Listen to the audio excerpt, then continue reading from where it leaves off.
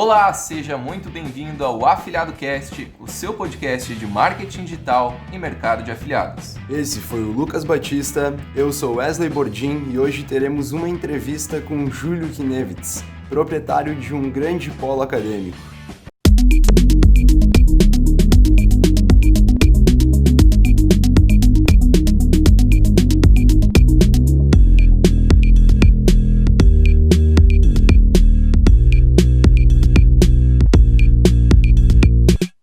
Fala, Júlio, te apresenta aí pra galera então. E aí pessoal, tudo bem? Aqui é o Júlio, é um prazer estar aqui com vocês. Sou proprietário do polo da Faculdade Anhanguera, no município de Torres. E para mim é uma grande satisfação realmente estar participando. Eu agradeço o convite aí de vocês para poder estar aí participando junto com vocês. É uma honra te ter aqui no Afiliado Cast também, Júlio.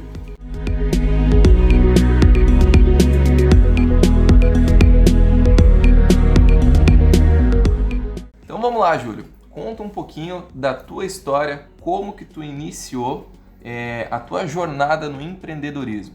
Bom, eu sou natural de Taquara, município da região do Vale do Paranhana, no Rio Grande do Sul.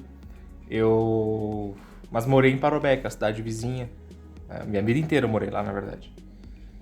E ao sair do ensino médio, uma coisa curiosa, todos os meus irmãos iniciaram faculdade logo em seguida. Saí do ensino médio e iniciou a faculdade.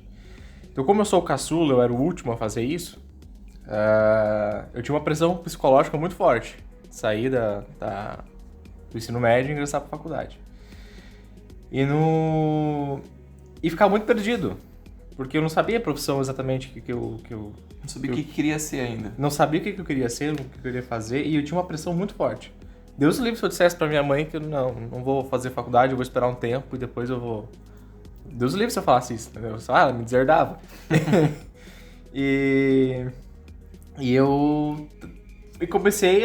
meu pai sempre gostou de arquitetura, sempre gostou. Meu pai trabalhou em obra a vida inteira. E ele sempre quis ter um filho arquiteto, né? Aí eu pensei, tá, vamos lá, vamos. Eu sempre gostei de arquitetura também, eu sempre gostava de ir com meu pai visitar as obras dele, que ele fazia. E meu pai não era nenhum arquiteto ou nada assim, mas ele era um cara da obra, entendia tanto quanto um. E eu ia junto, eu gostava. Então eu decidi que ia começar a faculdade de arquitetura. Então saí do ensino médio e iniciei a faculdade de arquitetura. Eu fiz até a metade da faculdade, exatamente. Tem até a metade da faculdade feita, fiz na Unicinos, em São Leopoldo. Houve um problema com o meu FIES, eu tinha um FIES na época, né? Houve um problema com o meu FIES, então o presidente da época cortou o FIES de muitos estudantes e o meu foi um deles, né? E aí eu tive que trancar naquele primeiro momento, porque eu não tinha condição financeira de pagar uma faculdade, ainda mais a Unicinos, que é uma grande... E cara, né? Faculdade de renome. Faculdade de renome, grande, cara, enfim. E apesar de ser o máximo estudar lá dentro, do ambiente ser incrível, mas era altamente pagável, né? Mas eu não tinha condição na época, no momento, então eu tive que trancar.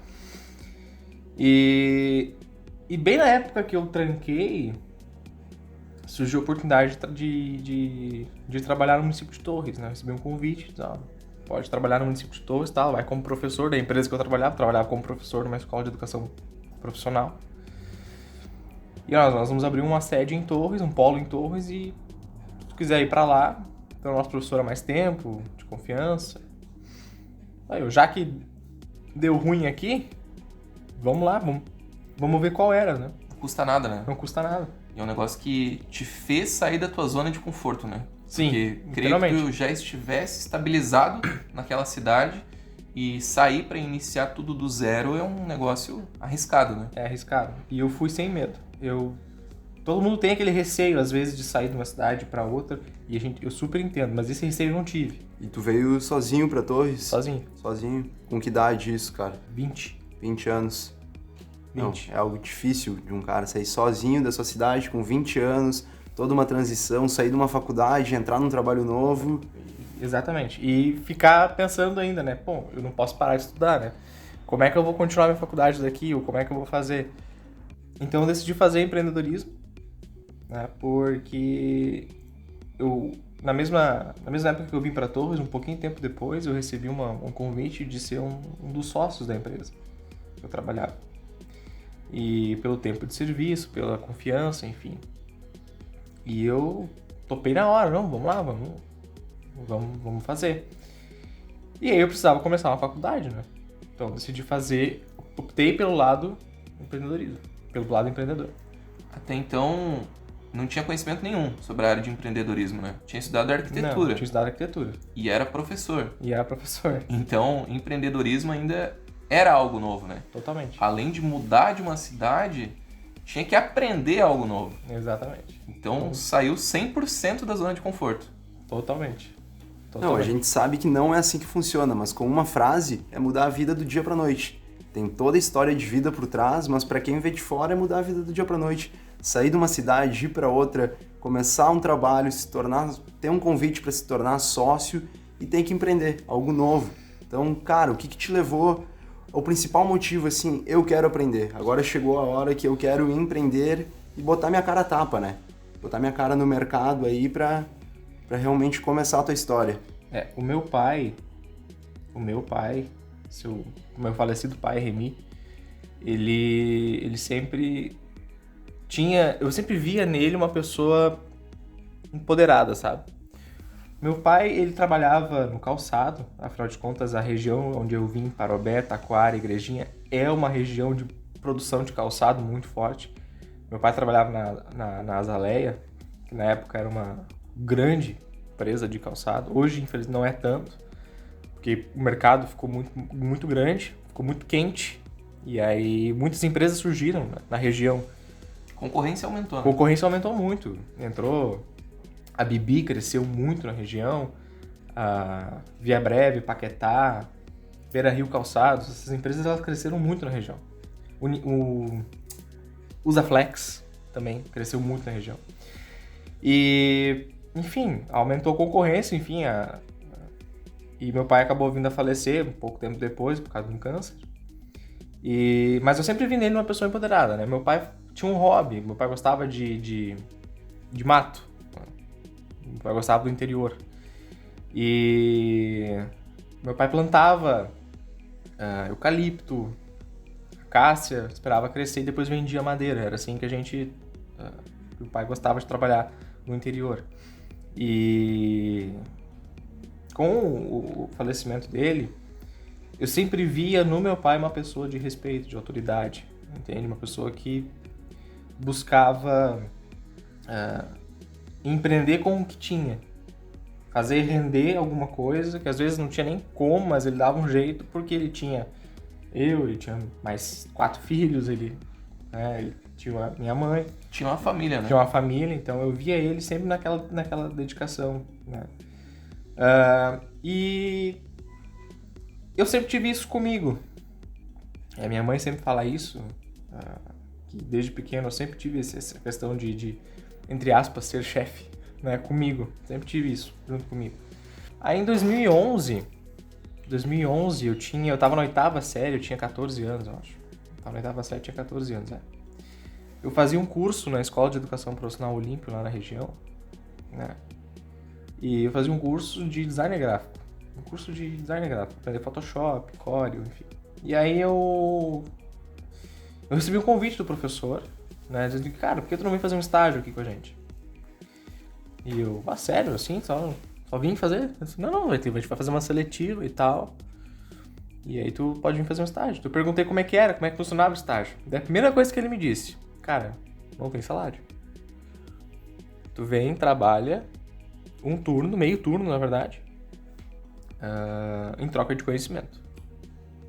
E é justamente isso, Júlio, que a gente quer te perguntar. O que tu acha sobre trabalhar pelo aprendizado? Trabalhar pelo aprendizado é investimento. É investimento, literalmente é investimento. Porque por mais que tu saiba que daqui a pouco, num primeiro momento, tu não vai ter retorno financeiro, tu sabe onde você quer chegar com aquilo. E a gente sabe que nos dias de hoje, no mundo que a gente vive, em pleno século XXI, com tanta tecnologia e tanto meio de informação na palma da nossa mão, se não aprender a lidar com tudo isso e conseguir direcionar o meu foco para o que eu realmente quero, eu enlouqueço. E o estudo ajuda nisso. Você ter a consciência do que você está fazendo, independente daquilo que você vai fazer, é fundamental. Eu conheço muitas pessoas que tentam um negócio, não dá, vai para outro. Tenta um negócio, não dá, vai para outro. E fica naquela de nadar, morrer na praia, nadar, morrer na praia, nadar, morrer na praia. Mas porque nunca se encontrou dentro de uma ideia ou de um propósito e colocou isso como objetivo. Tudo bem você falhar, grandes empreendedores do mundo todo quebraram inicialmente para depois serem grandes empreendedores. Isso é uma coisa natural. O problema é tu insistir no erro. E aí entra o aprendizado. Entende? É você dar tua cara a tapa, você aprender, errar e aprender com o erro. Não adianta errar e não aprender nada. Entende? Essa é uma das grandes frases, né, do empreendedorismo. Para empreender, tem que dar a cara a tapa. Tem que dar a cara a tapa. E é o erro também de a grande maioria dos jovens querer iniciar em qualquer coisa já ganhando dinheiro. Da noite pro dia, né? 16, 17 anos, obviamente, eu queria dinheiro, vocês provavelmente, quando tinham essa idade também, queriam dinheiro, mas a gente sabe que não é da noite pro dia. E a grande maioria dos jovens é isso, é querer iniciar e já pensar no primeiro salário. Tu nem trabalhou o teu mês para receber o teu primeiro salário, mas tu já tá com um pensamento nele, no que tu vai fazer com o dinheiro e afins. Na verdade, a gente tem que pensar em aprender, né? Evoluir para talvez já no primeiro mês poder dobrar esse salário, triplicar esse salário. A gente não sabe como vai ser se a gente se dedicar realmente naquilo, não pensar no dinheiro nessa primeira parte. Tem um estudo muito interessante que revela, acredito que o Lucas conheça esse estudo, que mostra exatamente uma hierarquia muito forte dentro de uma família. E no Brasil a gente tem famílias, a maioria das famílias são famílias de baixa renda ou renda média, né, que para sobreviver precisam fazer às vezes até mágica, né, com dinheiro. E então, por exemplo, eu gosto de dar esse exemplo porque ele é muito verídico. Uma família, a maior prioridade de um pai de família ou de uma mãe é garantir que essa família vai ter um teto para morar, essa família vai ter comida na mesa, vai ter roupa quente no inverno, enfim, vai ter luz, vai ter água. Então, a subsistência se torna uma garantia, uma necessidade muito forte. E imagina uma família de baixa renda que já não ganha muito. Parte desse valor investe nessa questão da subsistência. Sobrou um pouquinho. Nós vivemos num mundo globalizado, nós vivemos num mundo que a socialização ela é muito importante. Então, e a preocupação também. Então, por exemplo, tu vai levar teu filho para a escola, tu precisa de um meio para isso. Então, tu vai investir num carro, vai investir numa moto. Ou, não tenho dinheiro para comprar carro, moto, eu vou comprar uma bicicleta. Eu vou pagar um ônibus, mas o dinheiro vai sair para alguma coisa, entende? Porque tu precisa levar teu filho na escola, precisa ir no médico, entende? Começa a surgir muitas prioridades. E aí, tu já investiu na subsistência, tu já investiu na socialização e na globalização. Agora, sobrou um pouquinho, tu investe no lazer, porque é importante para a família também ter lazer. Né? Fazer um churrasco no domingo, convidar a família, se reunir. O problema é que tu gastou com essas três coisas, virou o mês... é tudo de novo. Virou o mês, tudo de novo. Virou o mês, tudo de novo. Tu fica preso numa rotina, tu fica preso numa corrida dos ratos. Uma corrida dos ratos e não consegue sair. Entende? E tu não percebe que às vezes, se tu colocar junto essas prioridades, tu colocar junto a educação, tu colocar junto o aprendizado, provavelmente, muito provavelmente, tu vai ter mais facilidade de lidar com o resto. Porque se eu tenho educação, daqui a pouco eu consigo um emprego melhor. Com um emprego melhor eu consigo um salário melhor. Com um salário melhor eu torno tudo mais fácil. Então, às vezes, é prioridade. Entende? E isso é uma coisa que quem bota sempre o aprendizado como prioridade, depois o ganho, tem muito sucesso. A gente não pode também esperar pelos outros. A gente tem que fazer pela gente. Se a gente for ficar dependendo do governo, dependendo de outros recursos, sempre vai ter uma dificuldade a mais. Então tu tem que ter aquela motivação, aflorar aquele sentimento dentro de ti para te botar a cara naquilo e poder ir atrás do que tu realmente quer. Exatamente. Se eu não estou enganado, o nome disso que o Júlio acabou de comentar se chama Pirâmide de Maslow. Exatamente. A famosa Pirâmide de Maslow. Que é um estudo muito antigo, mas que retrata exatamente até hoje A realidade. a realidade de muitas famílias no Brasil e no mundo.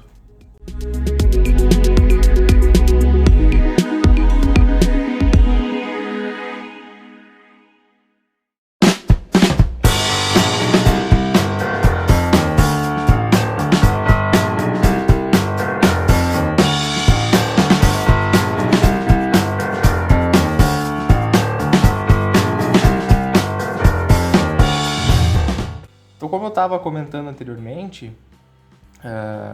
eu comecei minha trajetória como estagiário, né, lá em 2011,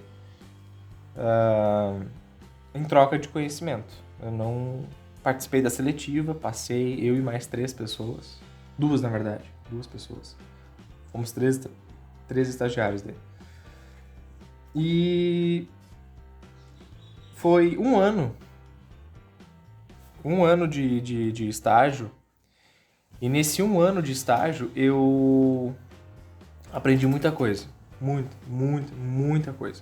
Eu não recebia R$1 de salário, mas eu trocava aquele meio turno do dia por puro conhecimento.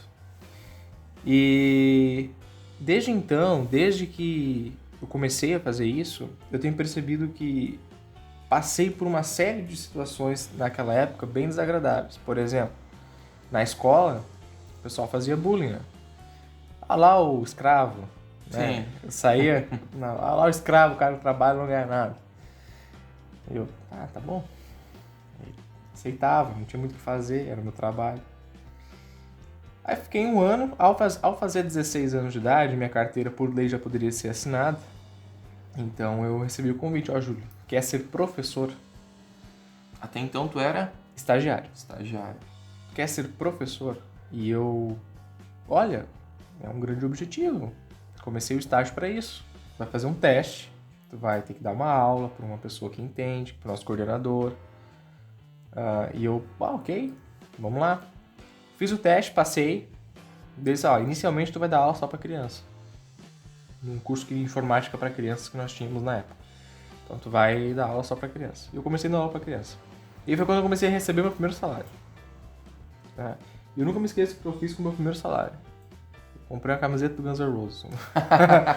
O meu primeiro salário eu comprei uma camiseta do Guns N' Roses. Tem bom gosto, então. E aí, depois foi passando o tempo, enfim, eu fui amadurecendo, eu fui crescendo dentro da empresa. E aí comecei a fazer a faculdade também, então o conhecimento que eu ia adquirindo na faculdade eu ia aplicando também no meu trabalho, porque eu dava aula de software de 3D, então a arquitetura trabalhava muito com software de 3D, então o que eu aprendi eu aplicava no trabalho também, era bem legal. Trabalhei em outras unidades da mesma empresa, trabalhei na unidade de Canoas, trabalhei na unidade de Sapiranga, trabalhei na unidade de Taquara, e aos 18 anos eu tive a oportunidade de ser gerente, fui convidado, né, a ser gerente da unidade de Taquara. E eu pensei comigo, não tenho experiência nenhuma de gestão, né? Mas vamos lá. Por que não? Por que não? Vamos lá. E foi a pior experiência da minha vida. Posso dizer com toda certeza que foi a pior experiência da minha vida. Não foi legal. Porque é uma pressão muito grande, enfim, é muito complicado. E eu com 18 anos, sem ter habilidade de lidar com certas coisas, Sem experiência nenhuma? Sem experiência nenhuma, não. Bota alguém aqui com experiência, alguém com tino pro negócio. Preciso aprender mais para depois, futuramente, assumir alguma coisa assim. Então eu conversei com os proprietários da empresa na época, pedi para voltar a ser professor, eles disseram, não, pode voltar então, volta a ser professor. Mas daí eu voltei como coordenador dos professores. Não voltei como somente professor, eu voltei coordenando a equipe pedagógica. Isso com 18 anos? Isso com 18 anos. E aí tive um aumento de salário, tive um acréscimo de salário, enfim. O mais engraçado de tudo isso parece coisa de cinema, coisa de filme, mas aconteceu. Daquela galera que ficava zoando, né? Lá vai o escravo, não sei o quê. Nem imagino já. Eu entrevistei 3 deles depois. 3 pessoas levaram o currículo lá na empresa e eu acabei entrevistando 3 pessoas. E não ia ser, eu tive vontade, não vou selecionar ninguém, só de... Mas aí eu analisei bem e acabei selecionando uma pessoa para fazer estágio com a gente lá. E aí fez estágio um tempo, virou professor um tempo, depois depois acabou saindo, seguiu outro rumo, outro caminho. Mas eu tive sim uma pessoa que zoou de mim e foi lá pedir emprego pra mim depois. Chamou de escravo por trabalhar de estagiário sem ganhar nada e no fim tu contratou a pessoa. Eu contratei a pessoa depois de um tempo. Foi uma situação que parece de cinema, mas aconteceu realmente comigo. E depois disso, aconteceu o que eu comentei, né? A faculdade trancou, aí recebi a oportunidade de vir pra Torres. E recebi a oportunidade de ser sócio aqui, né, no Polo de Torres, da Faculdade Escola de Educação Profissional Olímpia, junto com a Faculdade Anhanguera, né? E aí, aos 22 anos de idade, eu já era dono do meu próprio negócio.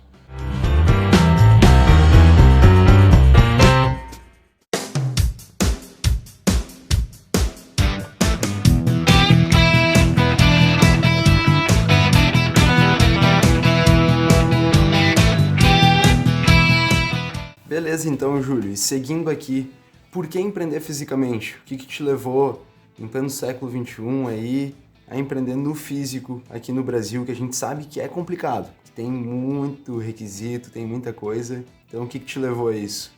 Inicialmente, eu não conhecia o mercado digital. Primeiro passo. Até os meus 21 anos ali, eu não conhecia o mercado digital. Então, empreender fisicamente, eu vi uma forma de me tornar visto,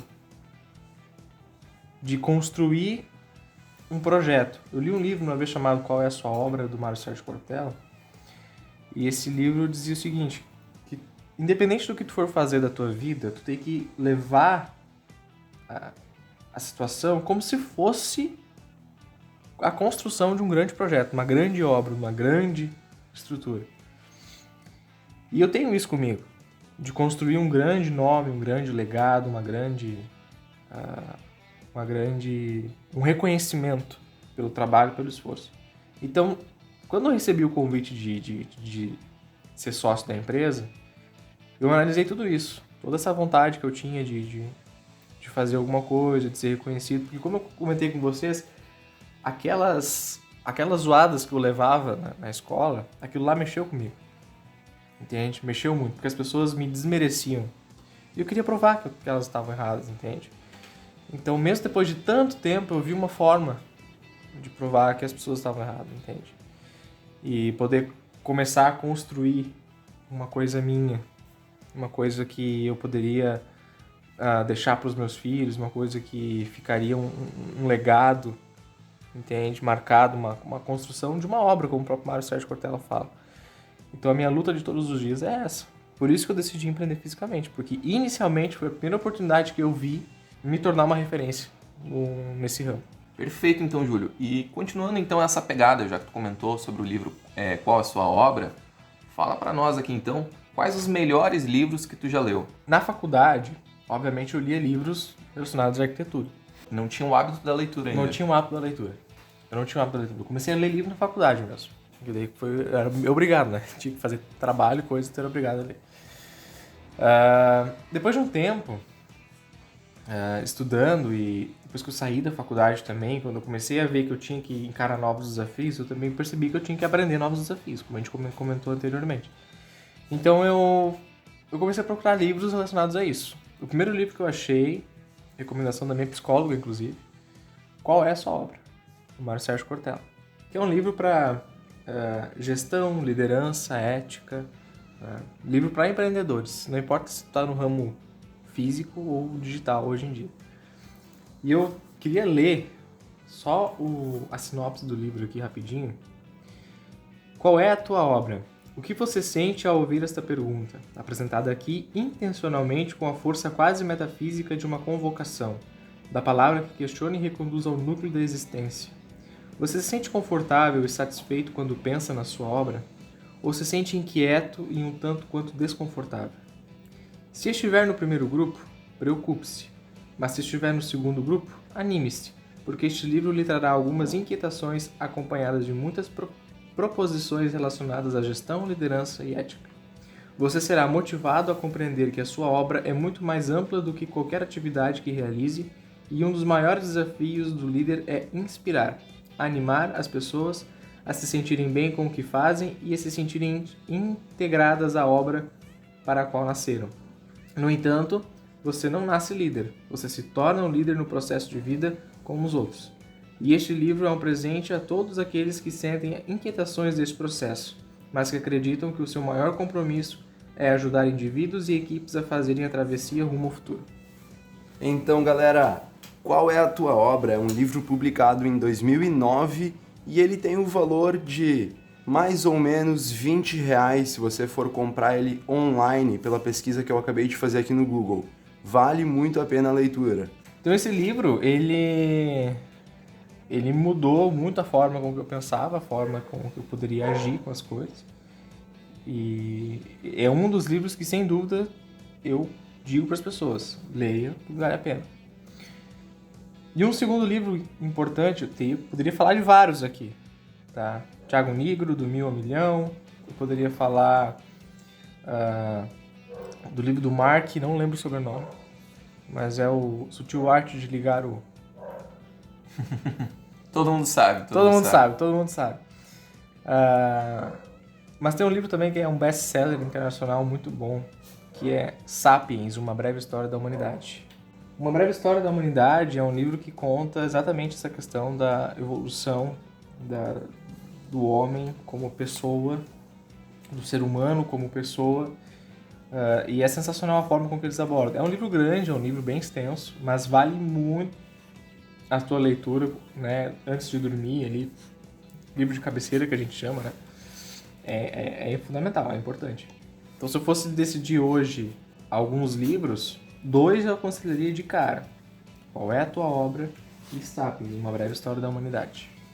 E tem outros livros também que são importantes. Poder do Hábito, do 1000 a Milhão, do Thiago Nigro, Seja Foda, do Caio Carneiro. São livros muito bons que também ajudam bastante no teu autoconhecimento. E, Júlio, o que te levou pro marketing digital? O Lucas O Lucas foi a porta de entrada, então. O Lucas foi a parte de entrada do marketing digital. Na verdade, eu sempre... Eu não tinha entendido. Eu não tinha entendido. Eu achei que ele tava me chamando. Eu olhei, ué. Te sinto honrado aí, ó. Ah, coisa boa. Feliz. Foi o Lucas. Na verdade, eu conhecia, assim, só de leituras e comentários de algumas pessoas, enfim. Mas o Lucas trabalhava com a gente na faculdade, né? E o Lucas chegou pra nós um dia e disse, ó, tô saindo e tal, tô com uns projetos pessoais aí que eu quero seguir. Então tá bom, vai lá. Sucesso. Um abraço. Um abraço. Sucesso, te cuida. Não infringe a lei e tá tudo certo. E aí... Passou um tempo, ele me procurou. Júlio, tô fazendo isso. E me apresentou, né? Me apresentou a Hotmart inicialmente. Me apresentou... não dá pra gente também falar de marketing digital, resumir somente a Hotmart, né? É muito mais do que isso. Então isso já foi teu primeiro contato com o mercado de afiliados também? Foi também o primeiro contato. Conheceu. Foi o primeiro contato com o mercado de afiliados. E o marketing digital, ele nos leva ao fato de que nós estamos no século XXI, onde as pessoas estão mais conectadas, tá? Nós tivemos um exemplo bem claro agora, com a pandemia, nós tivemos um exemplo bem claro de pessoas que não conseguiram se adaptar à tecnologia e acabaram sofrendo com isso. O pessoal que pegou o auxílio dos R$600 teve muita dificuldade porque tinha que baixar o aplicativo do Caixa Tem, fazer uma série de coisas que eram por telefone, tecnológicos, né? Cara, tinha muita gente na fila de banco perguntando como é que baixava o aplicativo. Tinha muita gente na fila de banco perguntando o que eu faço agora. Coisa simples, né? Coisa simples, entende? Por quê? Porque essas pessoas não são desse... elas não estão adaptáveis a essa mudança tecnológica que nós vivemos constantemente. Tu compra um telefone hoje, ano que vem, já tá passado. Terminou de pagar, já passou, já. Não é mais um telefone atual. Então, a mudança constante que acontece na tecnologia, os meios de informação chegar muito mais fácil para as pessoas, é o que induz hoje ao Facebook, por exemplo, ser uma das maiores empresas no mundo, né? Não só por ser uma rede social onde, se o Facebook fosse um país, hoje seria o maior país do mundo, né? Em torno de mais de 8 bilhões de pessoas. Mas não se trata apenas de ser simplesmente uma rede social. Não, é uma empresa, tem uma rede social, mas é uma gerenciadora de negócio. Sim. Porque é ali que é onde está o público. Então, só agora na pandemia, desde que começou, o Facebook faturou mais de 30 bilhões de dólares. Muito dinheiro, né? É muito dinheiro. Por quê? Porque simplesmente todo mundo que estava na rua, quem estava vendendo de porta em porta, quem estava vendendo em seus negócios locais, simplesmente, de uma hora para outra, teve que virar a chave e ir pro digital. Fechar as portas, né? Senão não vende. Entende? Nós temos alguns exemplos de gestão no Brasil muito interessantes. O CEO da Magazine Luiza, em entrevista, disse: a Magazine Luiza tem caixa suficiente para ficar 2 anos fechado. Todas as lojas. Então, isso, ao mesmo tempo que é apavorante e absurdo, tu vê o tamanho do poder da empresa, tu vê que isso é puro exemplo de gestão eficaz. E por quê? Porque eles têm um aplicativo mais... a plataforma mais... onde as pessoas mais vendem, que é o Magalu. E hoje em dia, a Magazine Luiza ela também entrou para esse mercado de afiliados, né? Hoje em dia, tu pode ser um representante da Magazine Luiza, tu tem o teu link de venda e tu ganha uma comissão por isso. Exato, tu pode ser um representante da Magazine Luiza e tu pode vender o teu produto dentro da Magalu também. Então, não entendeu muito o que o Lucas está falando, fica tranquilo que vai ser um tema do Afiliado Cast também. Então, dentro desse sentido, eles se tornaram uma grande potência de mercado, né?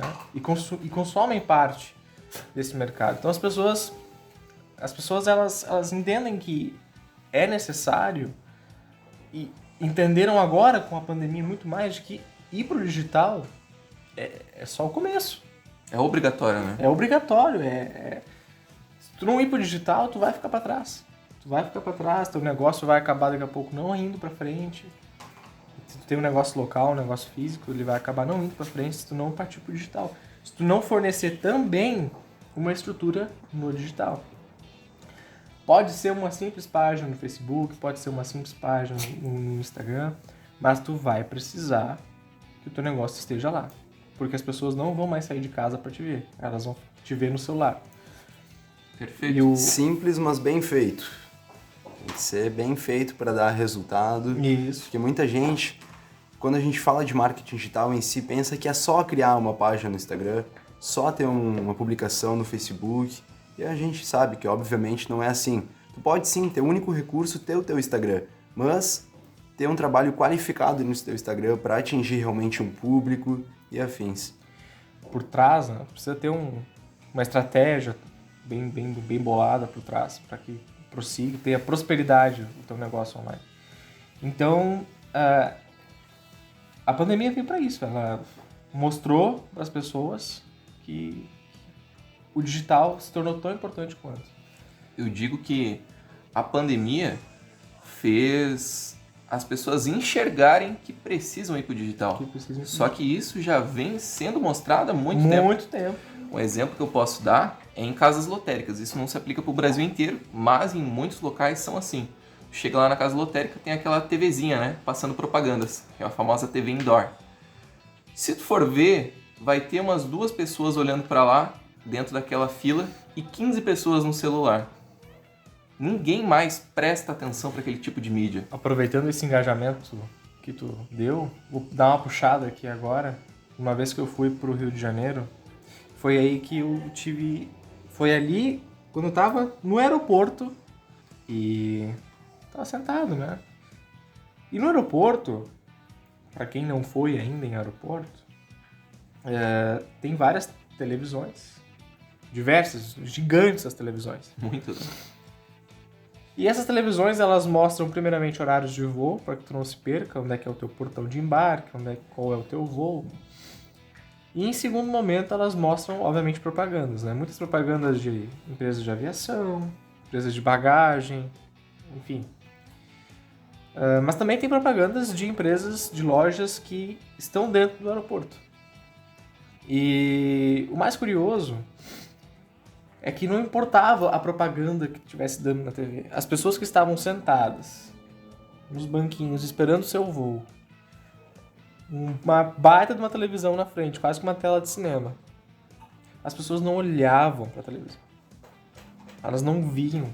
Elas só olhavam para a televisão quando aparecia coisa do voo, para saber se Precisava olhar. precisava olhar, entendeu? Senão elas estavam no celular, conversando com alguém no WhatsApp, no Instagram, no Facebook, fazendo qualquer coisa, mas elas estavam no celular, entende? Então, ali eu vi, porque eu não tô falando que tinha uma ou duas, três pessoas ali, não, tinha umas 15, 20, 30 pessoas esperando e quem não tava dormindo tava no celular. Então, ali eu vi que realmente não adianta. As pessoas estão cada vez mais conectadas, as pessoas querem que as empresas cheguem até elas através das mídias e principalmente que daqui a alguns anos, quando uma criança nascer, o hospital vai dar um telefone de brinde.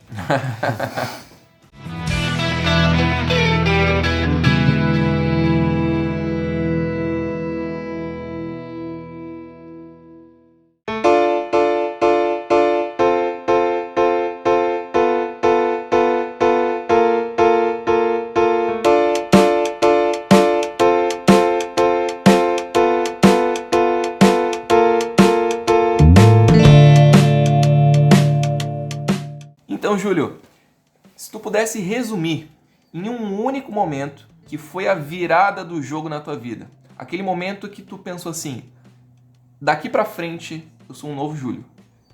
Tudo mudou a partir de hoje. Que momento foi esse?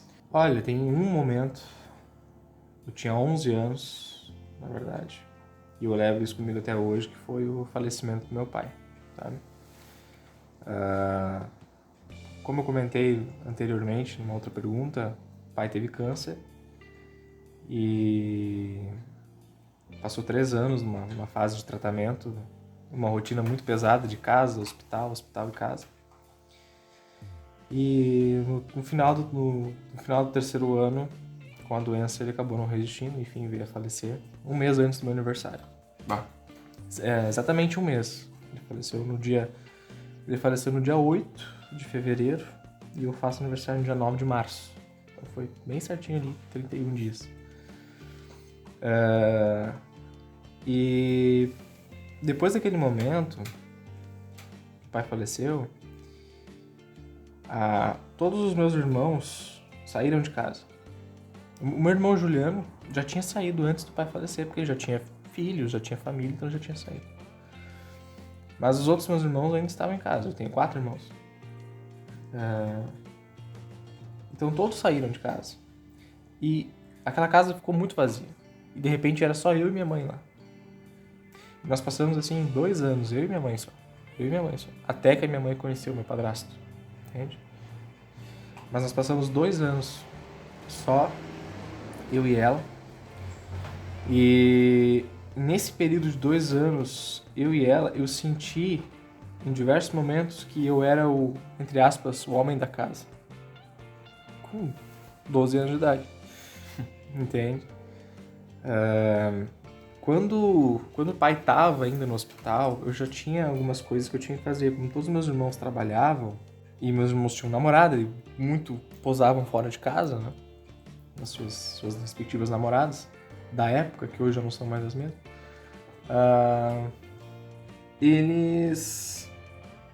Eu acabava tendo que, daqui a pouco, fazer comida, né? Dormir sozinho, muitas vezes com 11 anos, porque minha mãe estava no hospital com o pai. Coisas que tu não era habituado ainda. Nem um pouco. Tudo novo. Aquilo me assustava muito, Me assustava bastante. E não são coisas que normalmente crianças fazem. Né? Exatamente. Não são coisas que normalmente crianças fazem. Mas foi um período que eu tive que passar. Amadureceu. Eu entendi a necessidade do momento e definiu bem, amadureci. Né, com 11, 12 anos de idade. Não vou dizer pra vocês, assim, eu estaria mentindo se eu dissesse o Júlio não teve infância, o Júlio não teve uma adolescência. Não, eu tive infância, tive adolescência, fiz coisas de adolescente, fiz besteira, brinquei, corri muito.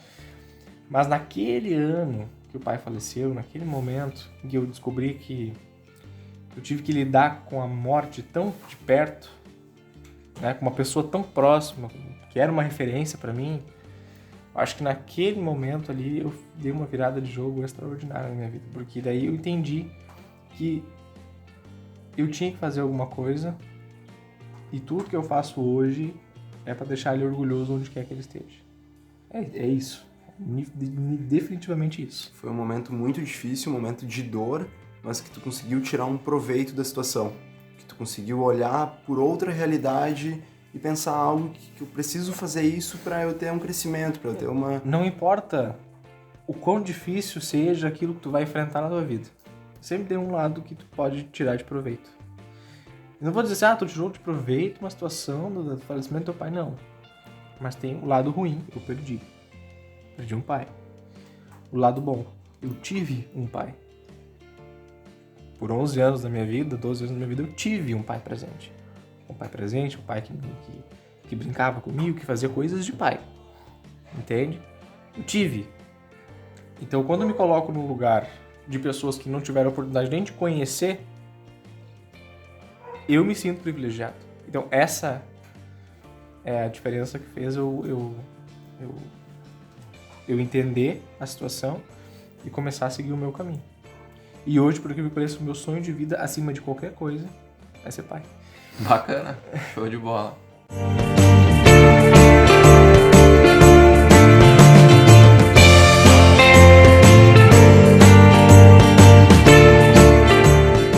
Então, Júlio, nessa tua jornada aí, qual foi a tua maior conquista? A minha empresa. A minha empresa, com certeza, ela foi a minha maior conquista. Eu acho que dentro desse tempo todo aí, a empresa hoje que eu gerencio foi uma das minhas maiores conquistas, sem dúvida. Deixar de ser funcionário e ser o chefe. E ser o chefe, exatamente. Acho que isso foi uma das maiores conquistas. E agora eu procuro pensar na evolução, né? Por mais que estejamos num momento economicamente não muito favorável para as empresas, mas pensar na solução e na evolução.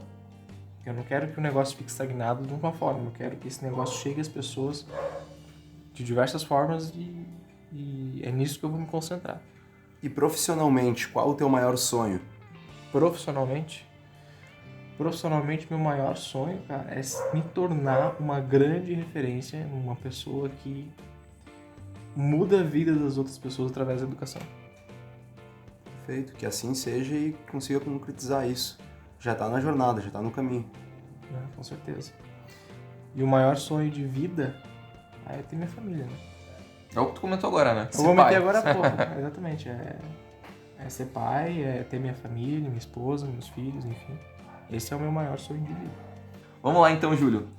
Outra pergunta muito importante. Se tu pudesse colocar uma frase, um outdoor, que frase seria? Matrículas gratuitas. Chamar atenção, né? Chamar a atenção do pessoal. Mas acho que se eu pudesse colocar uma frase no outdoor, uma frase que pudesse fazer com que as pessoas entendessem, eu colocaria: não viu para que a sua presença seja notada, viu para que a sua falta seja sentida. Perfeito. Eu acho que essa é a frase que eu colocaria. Perfeito. Se eu não me engano, Bob Marley. Cara, não sei. Se eu não me engano, não é dele a frase. Não seria a frase, mas eu vi uma vez e me marcou e eu É uma carrego até grande hoje. frase, muito Grande bom. frase. Então, pra gente finalizar mais um Afiliado Cast, Júlio, dá um recado aí pra galera, deixa teu Instagram pro pessoal conhecer teu trabalho também. Bom, pessoal, meu Instagram é @julioknevitz. Tem que soletrar. Vai ter que soletrar. Porque senão ninguém vai achar. @julioknevitz, Knevitz. vai achar lá. O Instagram do meu curso vai estar disponível na Monetize a partir do mês que vem, é @startuplevel1. O one é só o número 1. Isso no Insta, né? Isso no Insta. A página da Anhanguera aqui de Torres, @Anhanguera Torres. E da Escola Olímpio é @Escola de Educação Profissional Olímpio. A Escola Olímpio Torres, na verdade. @Escola Olímpio Torres. E... assim, recadão mesmo, assim, para o pessoal. Mark Zuckerberg disse uma vez, não importa o que tu vai fazer, comece. Inicie, faça alguma coisa. E eu carrego isso. Até tive a ideia do curso da startup, que significa, a tradução, né? Startup significa comece, inicie, faça. Dê o primeiro passo. O primeiro passo é sempre mais difícil. Sempre, para qualquer coisa. Por quê? Porque o primeiro passo vem cheio de medo, vem cheio de angústia, vem cheio de ansiedade. Então, se tu aprende a dosar isso, tu consegue dar o primeiro passo. Então, eu quero fazer um negócio. Cara, vai e faz, estuda o que precisa ser feito para fazer e vai lá e faz, executa, confia e acredita. Se tem uma coisa que tu precisa fazer sempre é ser apaixonado pelo teu projeto e alimentar todos os dias o teu projeto. É quase como uma relação. Se tu ama a tua esposa, se tu ama a tua namorada, tu não ama naquele dia, tu ama sempre. E tu precisa alimentar isso dentro de ti. Entendeu? Motivação, precisamos. É igual banho, tem que tomar todo dia. Doses de motivação também. Tem que tomar todo dia. Então, separa um tempo do teu dia, um horário. Quando tu estivesse lá no banheiro fazendo o número 2 e tá com o telefone na mão, assiste alguma coisa que te motive. Às vezes até uma música te motiva. Entende? Ou escuta o Afiliado Cast. Boa. E assim, então, vamos encerrando mais um Afiliado Cast. Não deixe de compartilhar no Instagram e nos marcar, que nós vamos repostar você. Essa foi mais uma entrevista com o Júlio, proprietário de um grande polo acadêmico, contou toda a história aqui pra gente. Prestem muita atenção em todas as palavras que o Júlio passou aí, que tem vários recados importantes. Grandes insights para vocês. Nos vemos então na semana que vem com mais um podcast. Um abraço. Valeu!